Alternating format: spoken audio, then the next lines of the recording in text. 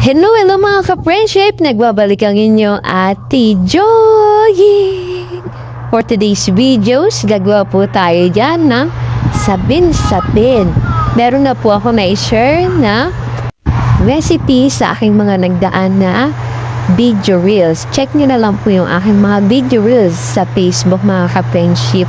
Yan lang po ay gumamit ako ng molder para talagang may pakita sa inyo ang ganda ng sapin-sapin kasi karaniwan ang makikita nating hugis ng sapin-sapin ay rectangle, square, or circle tapos tatlong patong na kulay. Ito naman po ay molder na rose tsaka yung hindi ko lang nakalimutan ko yung tawag dun sa isang bulaklak na yun pero lahat po ayan ay flower molder.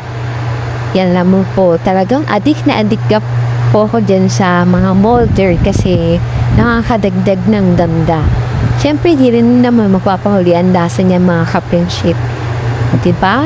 Talagang bibihira lang tayo makakita nito na nagtitinda na gumagamit ng molder. Karamihan sa mga pre-order po tayo makakita ng mga ganyang customized.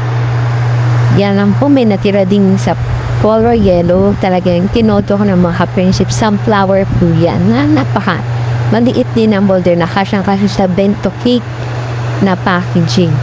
Yan lamang po mga ka-friendship, salamat sa panonood.